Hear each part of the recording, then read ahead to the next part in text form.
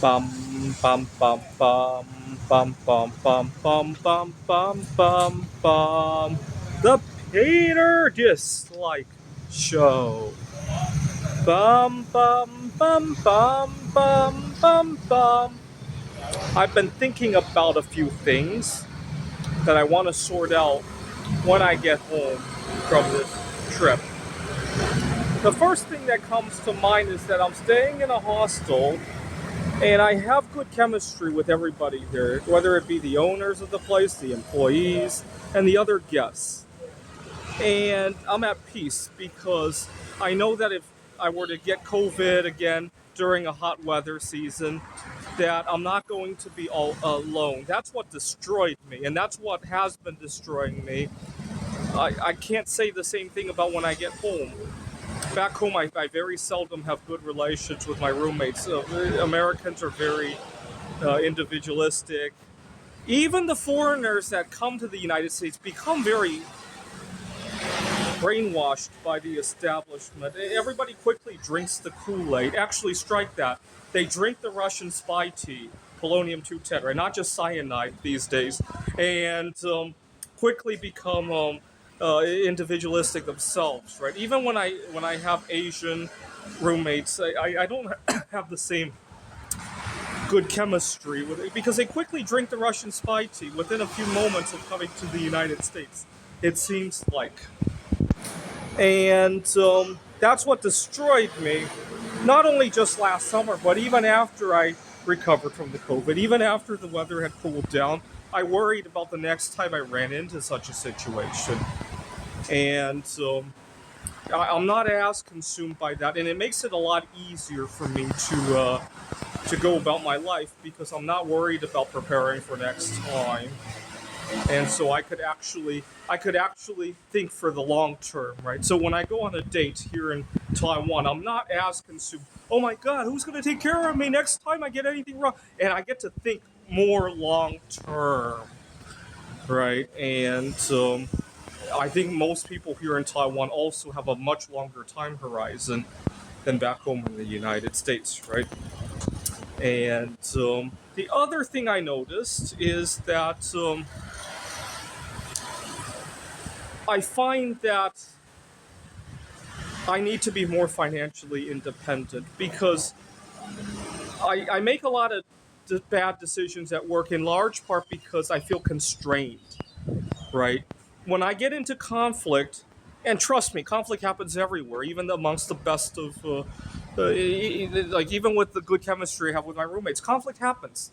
But I find that because I'm not thinking about my livelihood, my livelihood's not at stake, it's a lot easier to resolve conflict, right? For example, the other day, I uh, I had gone out with three or four other roommates from the hostel. We had gone to this karaoke place, and in their wisdom, these are much younger than me. These are, they probably came here because here in Taiwan the drinking age is only 18, right?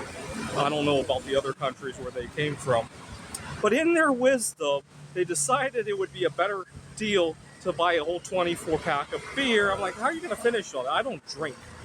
And I straight up told them, I'm not going to contribute to this tab. I don't drink. And I pulled out the amount of money for my share of that karaoke.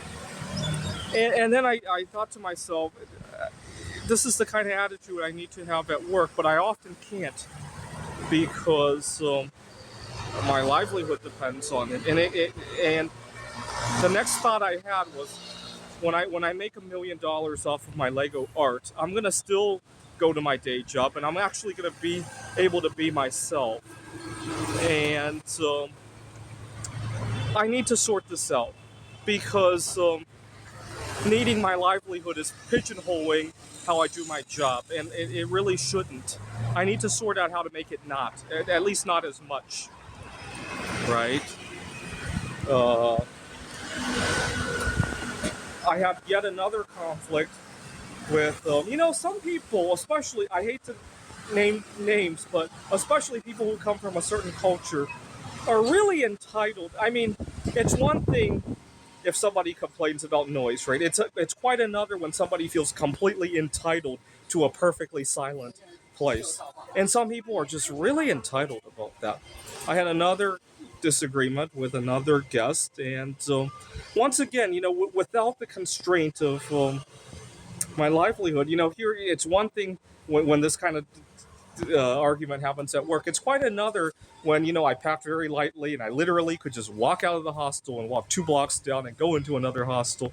To have that option in my back pocket makes all sorts of conflict. It changes the dynamics of every discussion that I have. It really does. That's why I didn't want to bring a whole lot of stuff on this trip, right?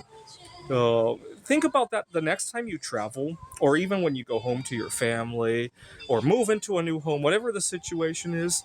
Every piece of luggage you bring in there is one anchor that holds you there if you were to have a disagreement, right? Let's face it, you never know who your new landlord is going to be. You never know who the person sleeping next to you in the hostel is going to be.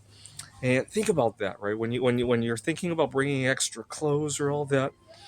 um, I brought probably the heaviest thing I brought, and it actually may have saved my life, was of the gift I gave to the girl I've been dating here. Obviously, I couldn't wait to unload that because that was one anchor. It's kind of funny because my second day on the trip, I almost got kidnapped. Well, not really, but this really pushy salesperson uh, dragged me into this her place and gave me like a massage and cream to put on my face and all that. And then she demanded that I buy this product. I was like, you got to give me like 200 because my boss is going to be really upset. This is all on camera. And so I happen to have that bag with that crystal in the picture frame. It's rather heavy. You would not think a picture frame would be that heavy. And I got it out of my bag as I left the place just in case things would turn violent. And that was that. But the fact that I packed really lightly, in fact, I actually forgot to bring an extra pair of socks, and I had to go out and look for socks my first day of the trip, made it so that every time I got into disagreement with a roommate or with the owner, the owner wants to charge an extra fee that they didn't tell me about, and I disagree with that. Every time that happened, it made it a lot easier to speak because I had less weighing me down. I'm gonna have to think about that the next time.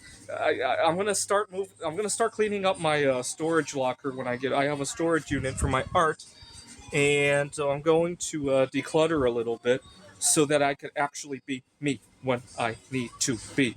This is the kind of problem that caused me a lot of trouble at my last home, at some workplaces that I've been at, and all that. Right. This is the Peter Dislike Show. Bum bum bum bum bum bum bum bum bum bum bum bum.